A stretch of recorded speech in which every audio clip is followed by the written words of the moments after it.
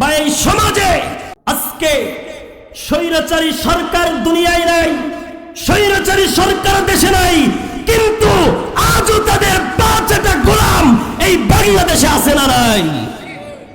প্রিয় উপস্থিতি, সম্মানিত বাবাজিরা, এখন ফিরাউন নাই, হামান নাই, নমরুদ নাই, কিন্তু তাদের উত্তরসূরি আজও বেঁচে আছে, ঠিক কিনা বলেন? আজকে স্বৈরাচারী সরকার নাই, কিন্তু আজও সমাজের মধ্যে, গ্রামের মধ্যে তাদের 5টা গোলাম আজও আছে, ঠিক কিনা বলেন? সম্মানিত উপস্থিতি, নবীজির সাহাবী আবু ওয়াক্কাস রাদিয়াল্লাহু তাআলা আনহু কালেমার দাওয়াত নিয়ে যখন আফ্রিকার উদ্দেশ্যে চলে গেলেন, আফ্রিকার উদ্দেশ্যে যখন রওনা করলেন রে বাবা, সামনে বিশাল একটা সমুদ্র পড়ল। আল্লাহর নবীর সাহাবী সাদ বিন আবি ওয়াক্কাস রাদিয়াল্লাহু তাআলা আনহু তাদের সঙ্গীদেরকে ডেকে বললেন, ও সঙ্গীরা, এখানেই কি আমাদের নিভে যাবে ইসলামের বাতি? সঙ্গীরা বলল, ও নবীর সাহাবী, আমরা হলো মুসলিম জাতি, এখানেই আমাদের ইসলামের আলো নিভবে না, নিভবে না।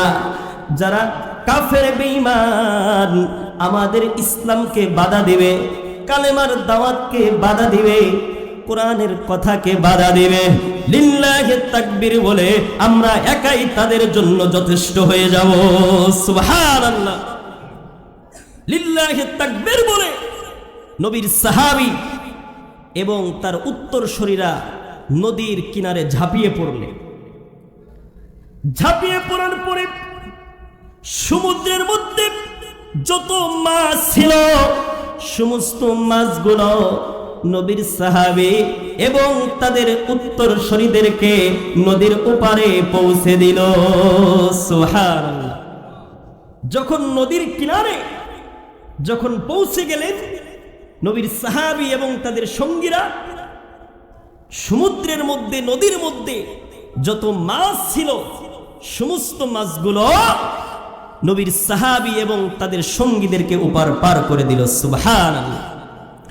সম্মানিত উপস্থিতি, নারুয়ার যুবক ভাইরা, আল্লাহর নবীর সাহাবী আবু ওয়াক্কাস রাদিয়াল্লাহু তাআলা আনহু যখন আফ্রিকার উদ্দেশ্যে রওনা করলেন, আফ্রিকার ক্ষমতাশীল ব্যক্তিরা, ক্ষমতার অহংকারে তারা বুঝতে পারল নবীর সাহাবীরা যদি আমাদের এলাকায় চলে আসে তাহলে তারা কোরআনের দাওয়াত দিবে, ইসলামের কথা বলবে। এটা কিভাবে দমন করা যায়, এটা কিভাবে বন্ধ করা যায়, এই পরিকল্পনা তারা চালালো।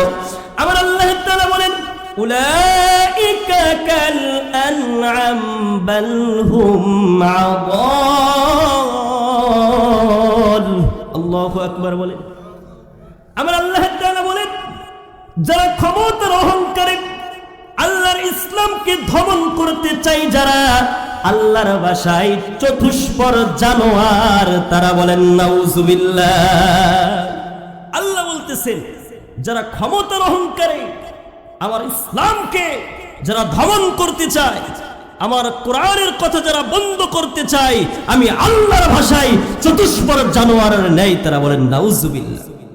এর জন্য বলি, আজকে সমাজে, আজকে মহল্লায়, গ্রামে যারা এই কোরআনের পক্ষে কথা বলবে না, কোরআনের আলোকে যারা নিভিয়ে দিতে চাইবে, ইসলামের কথা যারা বন্ধ করতে চাইবে, আল্লাহর ভাষায় তারা ওই চতুষ্পর জানোয়ারের ন্যায় কথা বলেন, ঠিক কিনা?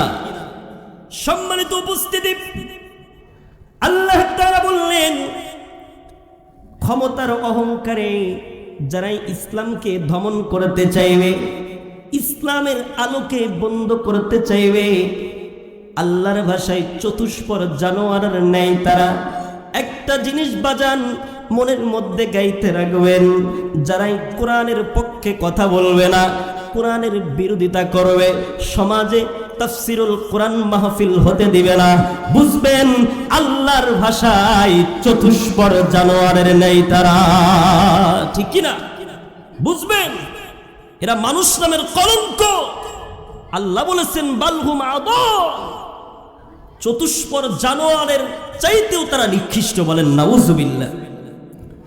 আল্লাহর নবী সাল্লাল্লাহু আলাইহি ওয়াসাল্লাম তার সাহাবী সাদ বিন আবি ওয়াক্কাস রাদিয়াল্লাহু তাআলা আনহু উঁচু একটা পিলারের উপরে উঠলেন।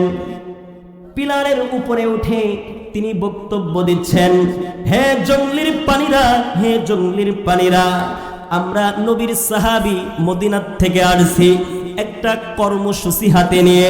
এই কর্মসূচি আমাদের নিজের বানানো না, এই কর্মসূচি আমাদের বাপ দাদা, আমাদের ধর্মের কেউ বানিয়ে আমাদের হাতে তুলে দেয় নাই।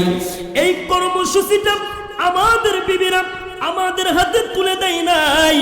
এই কর্মসূচি দিয়েছেন যিনি, আসমান জমিনের মালিক তিনি। সুবহানাল্লাহ। একটা কর্মসূচি নিয়ে আসছি আমরা। এই কর্মসূচি আমাদের হাতে বানানো কর্মসূচি না। এই কর্মসূচি আমাদের বিবিরা আমাদের হাতে তুলে দেয় নাই। আমাদের ধর্মের কোন বড় নেতা আমাদেরকে এই কর্মসূচি হাতে দেয় নাই। জমিন যার, জমিন যিনি বানিয়েছেন, আসমান যিনি বানিয়েছেন, কর্মসূচি তার, বলেন সুবহানাল্লাহ।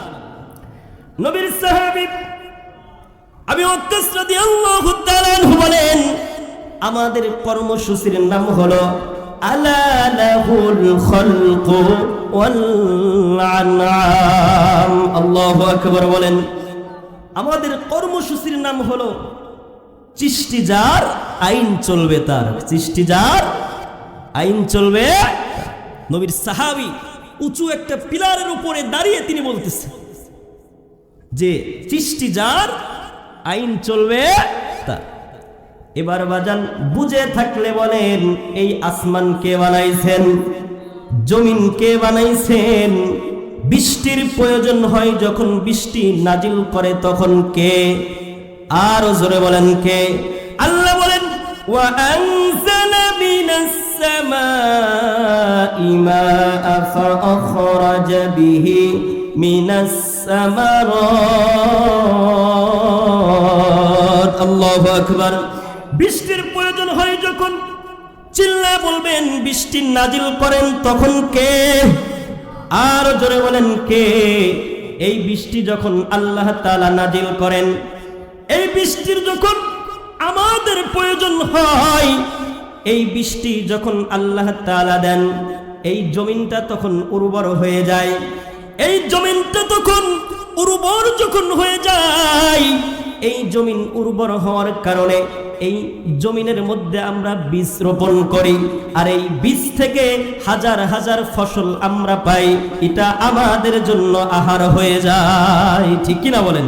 এটা আমাদের জন্য আহার হয়ে যায়।